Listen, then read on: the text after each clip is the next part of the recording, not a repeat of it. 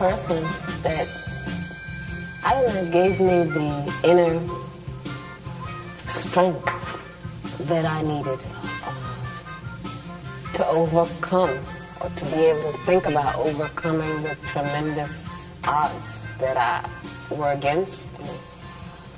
It was my grandmother. She came from Wilmington, North Carolina, to see me at Yardville Prison. I was in that prison. I was put in a maximum security unit, in a cell with 2 guards in front of the cell 24 hours a day, and a cell between 2 gun towers that could train their guns directly on the cell. I was told that I was in the Yardville unit for women, even though I was the only woman, and they tried to keep me there for the rest of my life. My grandmother came to visit me there to tell me a dream, and she came with all of my family, and everybody was happy, and I'm like, what's happening with y'all? And they said, no, she had a dream, and I was like, okay. And so my grandmother's dream was that she was dressing me, that she was in an old house that she lived in when she lived in New York still, and she was putting clothes on me. I said, is that the dream? She said, that's the dream. And I said, well, was I little or big? She said, no, you were big. So I said, oh my God, the only time people dress anybody when they're grown is when they're dead. And so she said, no, I know what you're thinking, no. What this dream means is that you are going to leave this prison. I don't know when, but it's going to be much less time than you've already spent here. And, I didn't understand the dream, to be honest. It didn't make any sense to me. What does this have and wearing clothes have to do with getting out of prison? But my grandmother has always had dreams, and her dreams have always come true. I don't know how my mother walked her trouble down.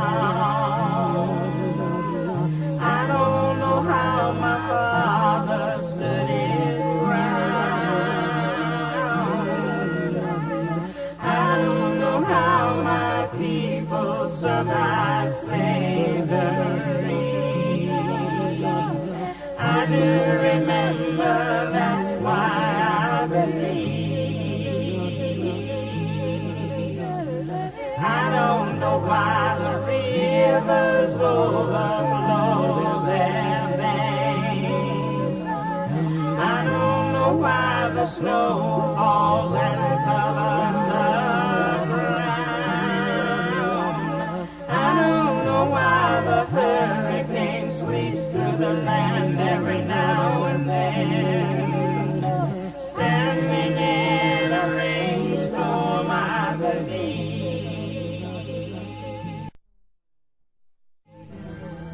Many people say that injustice and hunger are walking freely all over the universe, and that nature is seeking a response.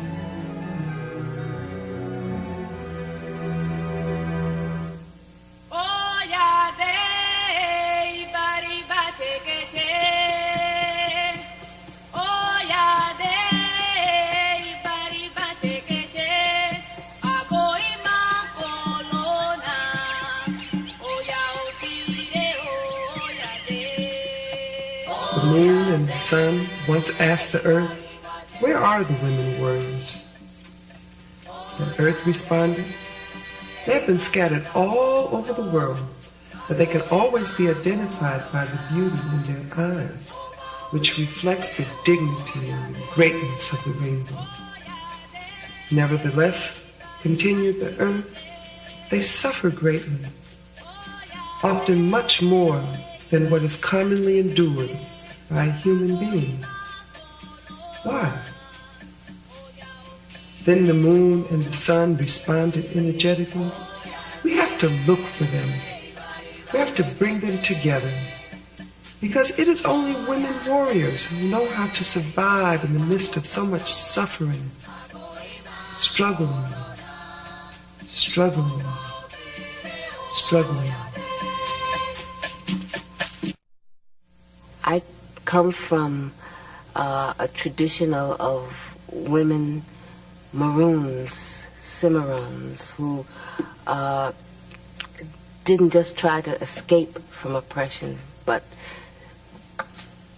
were totally mind, body, spirit committed to resisting and committed to winning, whether was Nanny in Jamaica, who fought against the enslavers, whether it was Harriet Tubman, who helped to free more than 700 slaves. I think I come from a very strong history, and I simply wanted to live on this planet and to continue that tradition and to try in my little way to make my ancestors proud.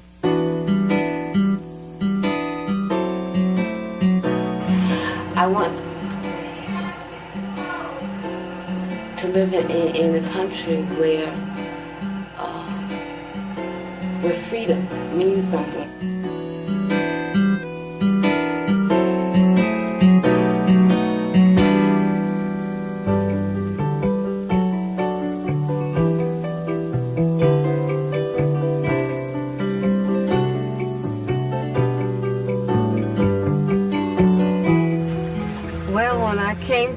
I really didn't know what to expect. I had these like crazy images because even though I considered myself a socialist, I considered myself someone who really identified with the Cuban Revolution, I had been raised on a diet of anti-communism.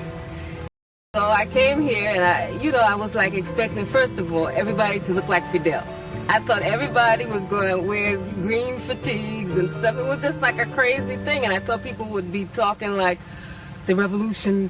You know what I mean? I just had these crazy stereotypes, and then when I came, it was like, wow, a whole new world.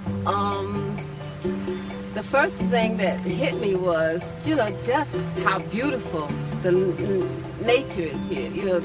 Whether it's the sea, whether it's the plants. This is one of the most beautiful places I've ever seen in my life. Everything is so lush, so green, so ripe. And, just the climate made me immediately feel at home. I was very much impressed by the healthcare system, by the education system, by the sports teams, by all of the many things that the revolution has been able to accomplish. What has impressed me most has been how people live, just how people relate to each other. I mean, I come from a society that is literally at war with itself. I didn't even know how to react to people when I came here. People would just come off the street and start talking to me, and I would immediately get paranoid. What do they want? It was very difficult for me to realize, somebody would say, what time is it? Or where did you buy that? Because Cubans will come up to you and just talk to you, whether you were in a store, on a line, and that was something very different, that human contact.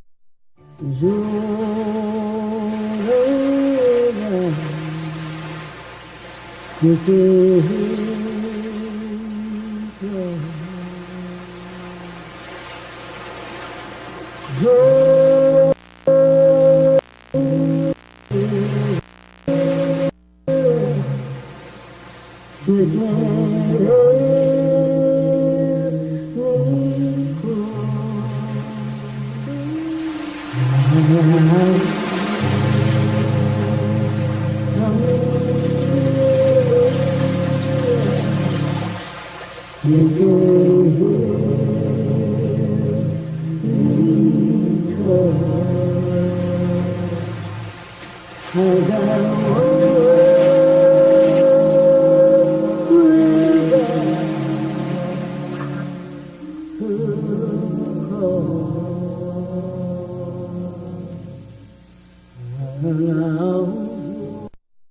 was born in 1947 in New York City.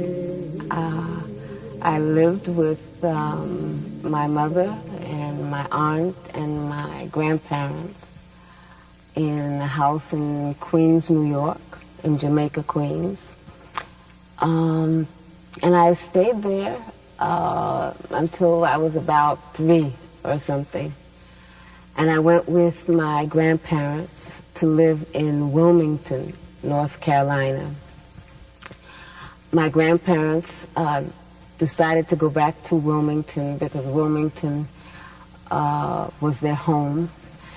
And because also they wanted to open up a small business. They had saved all their money hoping to go back to Wilmington, and they did go back, and they opened up a small business on the beach by the sea. They opened the business because at that time Wilmington was completely segregated. Well, the South was just totally segregated. It was apartheid. What that meant was that there were black schools. For example, I went to a all-black school, the Gregory School. There were the black library. You know, we grew up with that kind of reality of not voluntarily living like that, not voluntarily accepting apartheid, but understanding that the price of stepping out or standing up alone could possibly be death. From slavery, the idea of a political prisoner started. We were political prisoners brought here from Africa. We were political prisoners in the in order to keep colonialism fat, in order to keep the plantation owners that profited from our sweat and labors, we were kidnapped and brought here as prisoners, and our status hasn't changed, whether it's on the streets. We're prisoners of the ghettos. In Harlem, we're prisoners in small tenements. We're prisoners of urine-smelling hallways, and I mean, I've always been a prisoner. I've never been free in my life. I don't know what freedom means. Sitting in this place on this plantation, you know, you think back to what those slaves had to deal with, and that probably the only beauty that they saw was the human beauty between them and the beauty of the sky and of the trees and of the grass. And I think that probably helped them to survive, to stay alive internally, spiritually. Growing up, you know, by the sea and seeing the beauty of this planet, it was hard not to really have a profound respect for this planet, for nature. My grandmother, she could not stand people throwing paper on the floor. I mean, she could not take that. That was a crime for her, because what it meant, you know, she would say, look at these grown people, you know, what's wrong with their hands? They can't hold the paper until they find a trash can, you know. I think that how we live in this earth is very much tied to how we think about nature. And so I think that it's important for African people and all people who appreciate living to make sure that our children and our grandchildren have a planet that is livable. And that means to make very serious changes in the order of the priorities and the politics that exist today.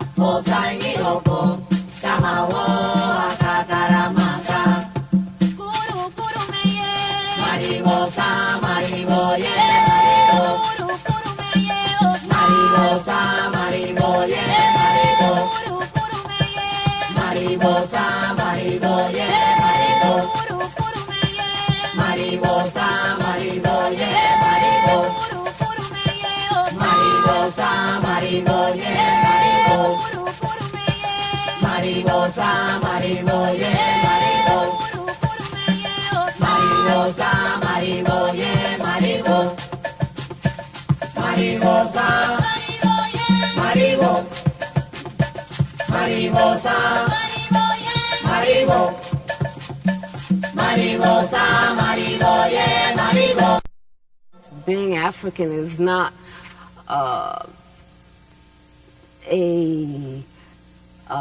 matter of race. It's a matter of a history, of a culture, of a struggle of a people. And the important thing is to be able to remember that, not to be disassociated from that, not to be torn from that, to carry that on into the future and to carry that on in changing the future.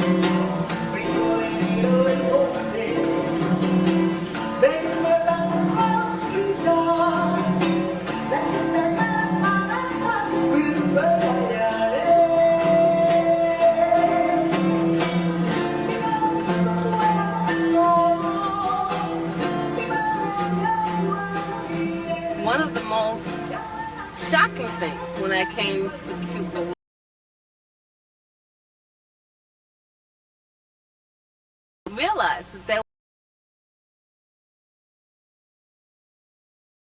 were of African people on this island. I had no idea, because the projection is very different, how you are taught to think about Cuba in the U.S. media. So I was really shocked.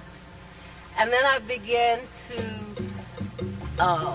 be exposed to the culture, and the culture is so rich, whether it's in dance, whether it's music. It's so African. There's the rhythm, there's the drums, you know, I began to be aware of just how much they had robbed us in the United States, because the slavery, the kind of slavery that existed here was terrible, and equally as terrible in the United States, but people were able to keep their religions, their gods, their piece of language. They were able to maintain dances, rituals that were directly from Africa. And for the first time in my life, I became acquainted with the Orishas, with Yemaya, Shango, Obatala, and I felt like, wow, I was reclaiming just another piece that was stolen from us.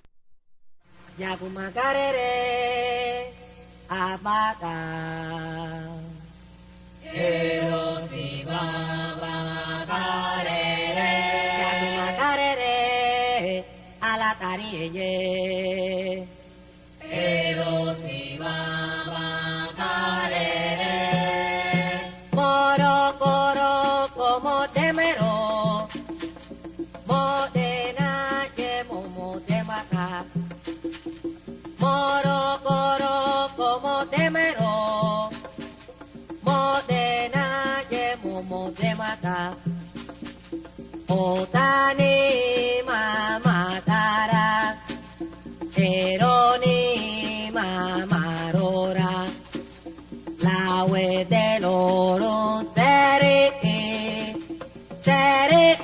lorun apeleya, sakake misa okuroba, boba ena yemata ke yana yo.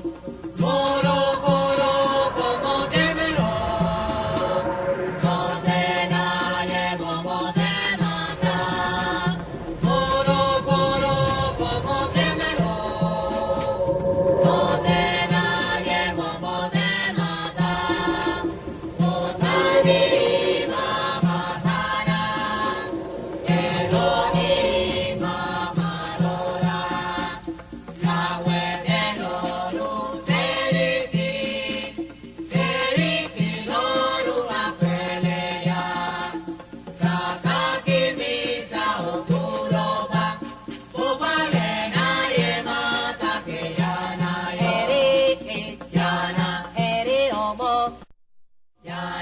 The Black Panther Party came under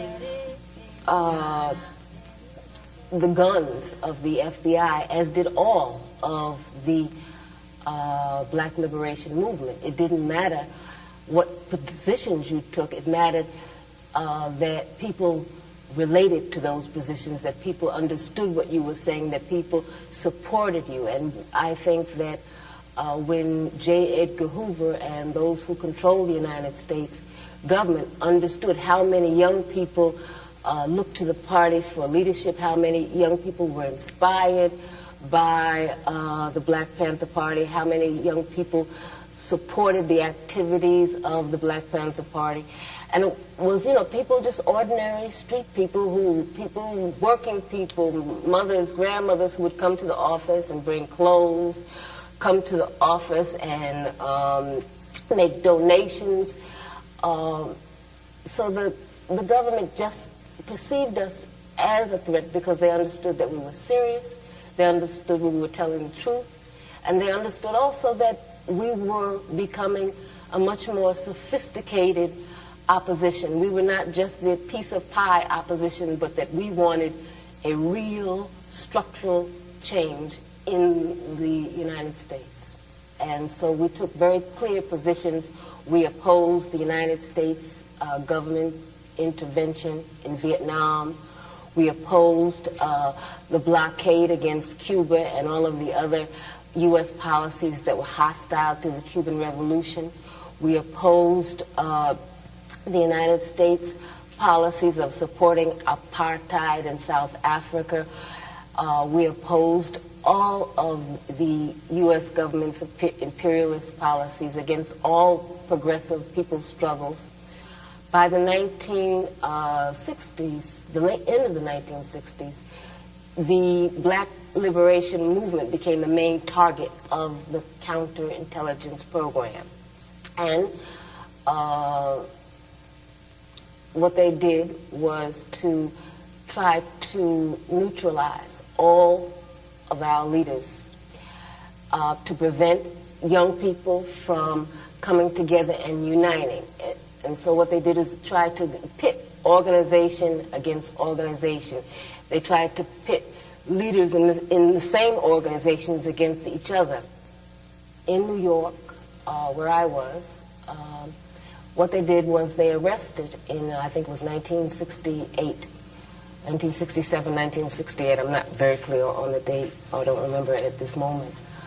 They arrested on charges of conspiracy 21 of our most effective activists, of our most effective leaders.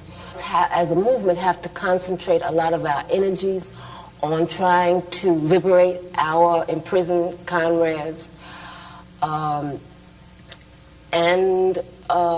Even though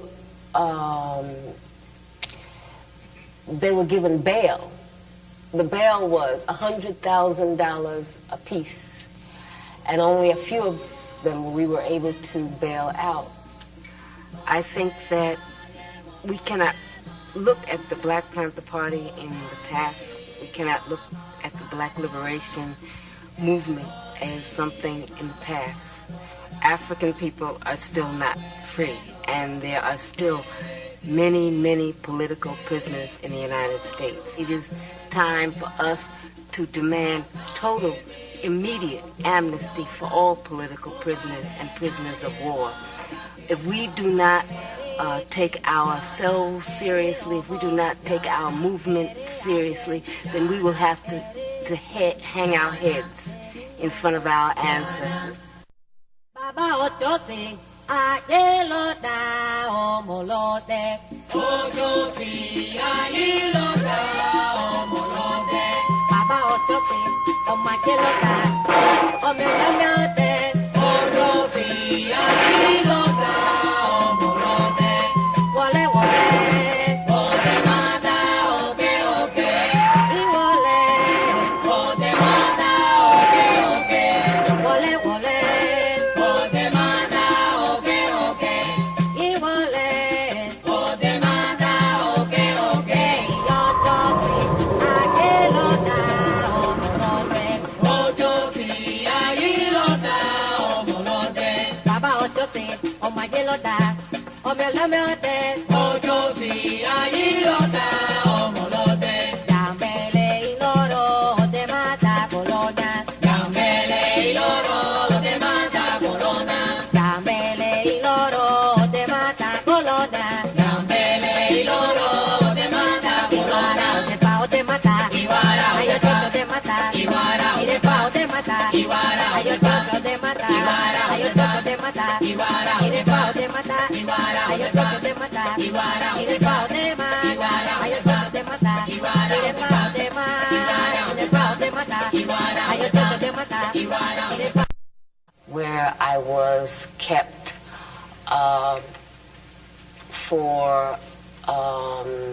in a room, isolated for something like 4 or 5 days. I was beaten, tortured. It was a hellish experience. No one was permitted to see me. My aunt, who is also my lawyer, Evelyn Williams, had to get a court order for her and my mother and my sister to come and see me. I was in prison altogether 6.5 years. I spent more than 2.5 years in solitary confinement. Much of that was in men's prisons. In other words, I was the only woman. Even though they say that there are no political prisoners in the United States, I was kept in solitary confinement, kept in men's prisons because of my political beliefs. So you figure that one out. what it was prison. Prison was hell. It was a new kind of plantation. I feel like a maroon woman.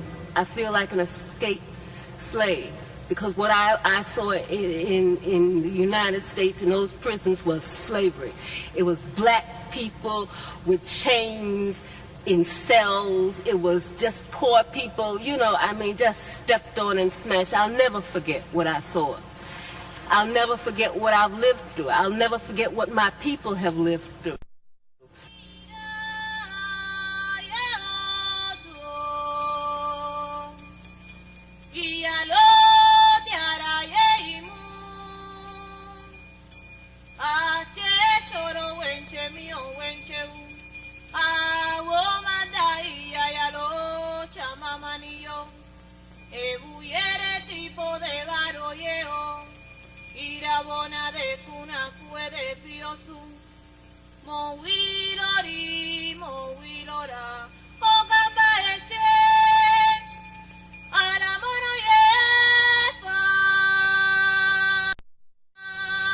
We started to, to feel tender toward each other. We started to feel an attraction, to feel like human beings again, I guess is the word for it. And the subject of sex came up, and we thought about it, and we talked about it. And it was really heavy. It was a heavy, heavy thing, because, I didn't know how to feel. Because so much that was around us was like slavery. It was like very clear they were out to wipe us out. And it was real. It wasn't any fantasy, wasn't any joke. They were out to take our heads. And, I felt like a slave. I'm sure he must have felt just like a slave. And we said, well, how could we even think about bringing a child into this world? But then what other world is there to bring a child in? The world is a terrible place. And, then I thought about my mother, my grandmother, my great-great-great-grandmothers, and what they must have thought about as slaves, bringing life into this world.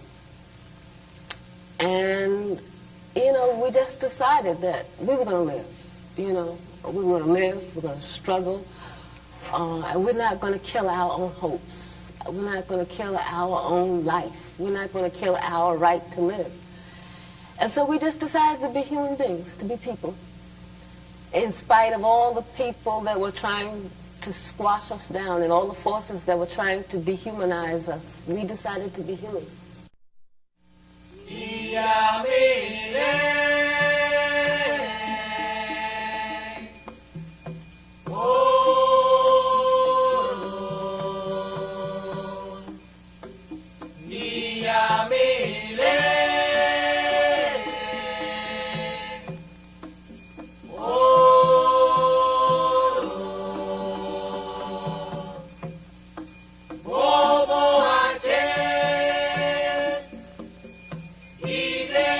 Salam.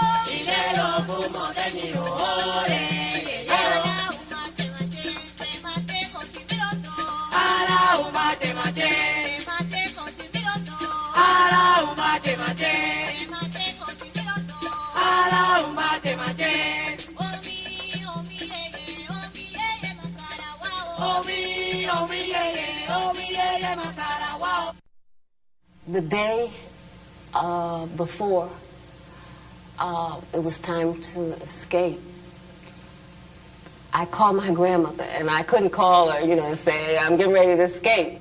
And so she said, I want to tell you something. Are you listening to me? Yes, grandmother. I don't want you to get used to that place. Don't get accustomed to that place. Do you hear me? Yes, grandmother. Are you sure you hear me? Yes, grandmother. I do not want you getting used to that place. Do you hear me? Yes, grandmother. And so when I hung up the phone, it was like a sign. It was like, my grandmother knew. It was like everything was ready to go, and everything went fine.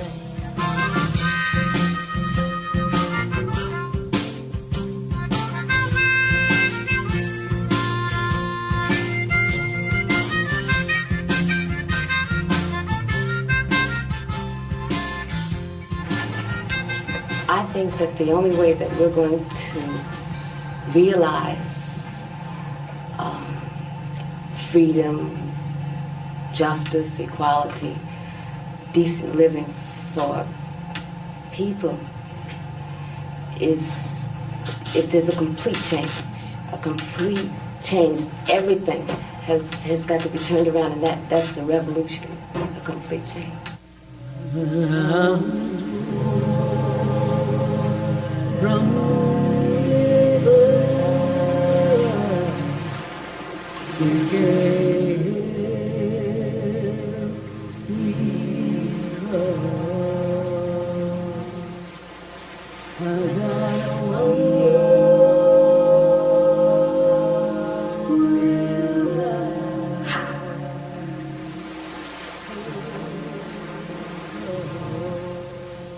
Separation has been very hard on my family.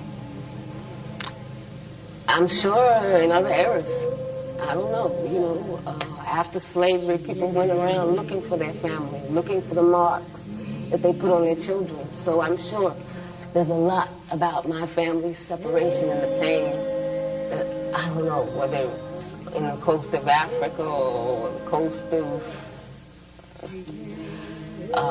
some island in the Caribbean or in the United States. Separation is a real part of being African in the Americas, being slaves or ex-slaves. In my own case, prison has meant separation, exile has meant separation, and well, I'm going to be real right now because I can't be any other way. Today, my mother died. And I didn't know if I could do this, but since I didn't have anything else to do, and I figured this was the best homage I could pay to my mother, is to try to carry on her tradition, what she passed down to me, what my grandmother passed down to her, and what their foremothers passed down to them. I hope that I can live up to my mother's example, and I hope I can live up to my ancestors' expectation of me, because I really believe that I have a duty to all those who have come before me, to all those who lie at the bottom of the ocean, to all those who lost their lives, whether it's in the cane fields or the cotton fields or, hanging off some tree, to continue this struggle and to continue to love and to continue to believe and to continue to try to be human to be giving, to be loving.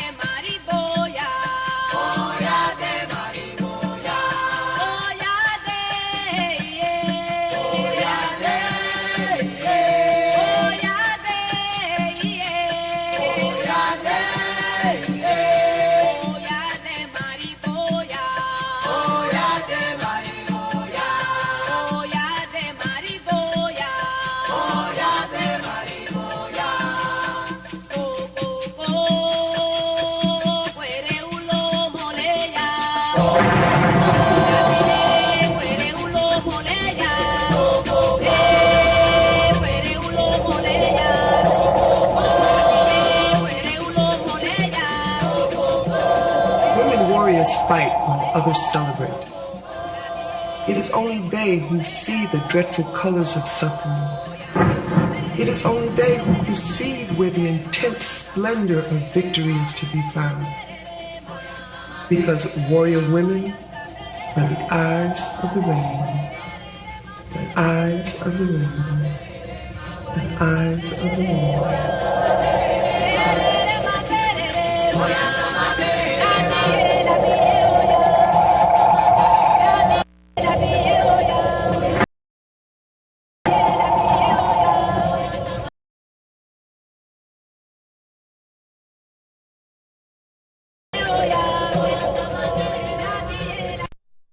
My name is Assata Olugbala Shakur. Assata means she who struggles. Olugbala means for the people, and Shakur means the thankful. It is a name that I took to carry on the name of Zayd Malik Shakur in honor of his family and in honor of the forces of beauty and good on this earth, which I'm very grateful for. That is my name.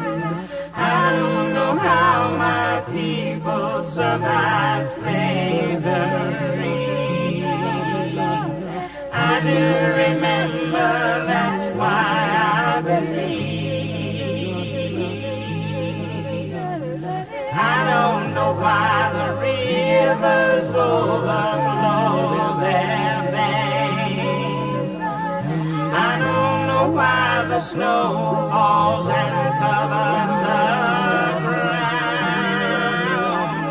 I don't know why the hurricane sweeps through the land every now and then. Standing in a rainstorm, I believe. I don't know why the angels woke me